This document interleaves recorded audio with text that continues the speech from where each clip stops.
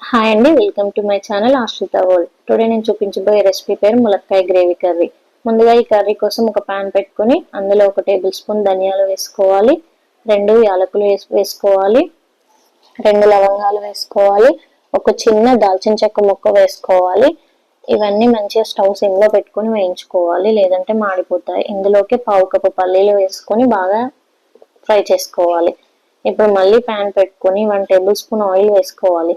ముందుగా మనం కట్ చేసుకొని పెట్టుకున్న ములక్కాయ ముక్కల్ని ఇందులోకి యాడ్ చేసుకోవాలి. ములక్కాయ ముక్కల్ని ముందుగా ఇలా ఫ్రై చేయడం వలన గ్రేవీ కర్రీలో తొందరగా కుక్ అవుతాయి, సాఫ్ట్ గా ఉంటాయి.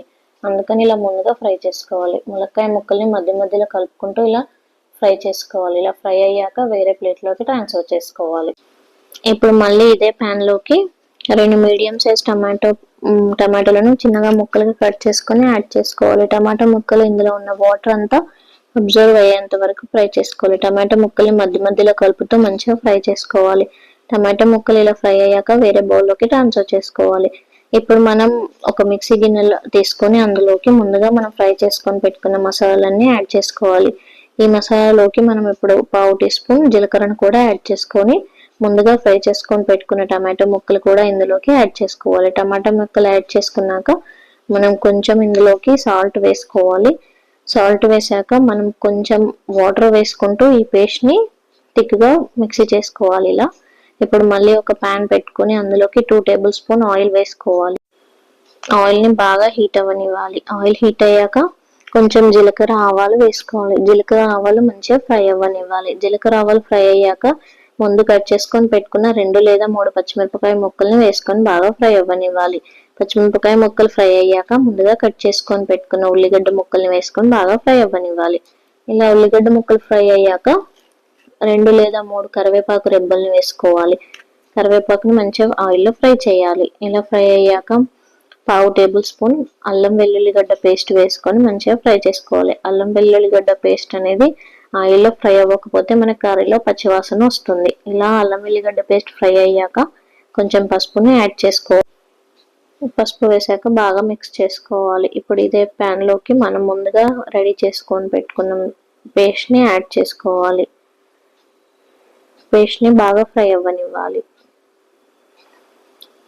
పేస్ట్ మనకి ఫ్రై అవ్వకపోతే పచ్చివాసన వస్తుంది. అందుకని మనం పేస్ట్ ని మంచిగా ఆయిల్లో ఫ్రై చేసుకోవాలి. మెల్లిగా కలుపుకుంటూ పేస్ట్ అంతా ఆయిల్ అబ్జర్వ్ చేసేటట్టు మనం ఫ్రై చేసుకోవాలి. మనకి పేస్ట్ ఫ్రై అయినంటే ఆయిల్ పేస్ట్ అనేది ఇలా సపరేట్ అవుతుంది. ఇలా అయ్యాక మనం కొంచెం టేస్ట్కి సరిపడినంత, నేను ఇక్కడ 1 టేబుల్ స్పూన్ సాల్ట్ వేసుకుంటున్నాను. ఇలా మనం సాల్ట్ వేసుకొని కలుపుకున్నాక 1 టేబుల్ స్పూన్ కారం వేసుకోవాలి. కారంని కూడా మంచిగా ఆయిల్లో ఫ్రై అయ్యేంత వరకు ఫ్రై చేసుకోవాలి. ఇలా కారం వేసాక మనం పేస్ట్ని మంచిగా మిక్స్ చేసుకోవాలి. ఇప్పుడు మనం ఇందులోకి ముందుగా ఫ్రై చేసుకొని పెట్టుకున్న ములక్కాయ ముక్కల్ని యాడ్ చేసుకోవాలి. ములక్కాయ ముక్కలకి ఇప్పుడు మనం వేసిన కారం, ఉప్పు, పేస్ట్ ఇదంతా మంచిగా పట్టేలా ఒకసారి కలుపుకోవాలి.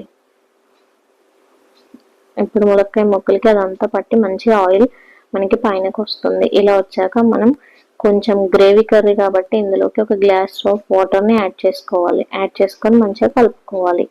ఇలా మిక్సీ చేసుకున్నాక మనం కర్రీ పైన ఒక లిడ్ పెట్టుకోవాలి. ఇలా లిడ్ పెట్టుకోవడం వల్ల మనకు ములక్కాయలు అనేది మంచిగా కుక్ అవుతాయి. ఇలా మనకు కర్రీ అనేది ఈ థిక్నెస్ లో వచ్చిందంటే ములక్కాయ గ్రేవీ కర్రీ రెడీ అయినట్టే.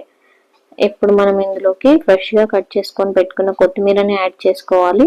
ఇప్పుడు మన ఎంతో టేస్టీ అయిన ములక్కాయ గ్రేవీ కర్రీ రెడీ.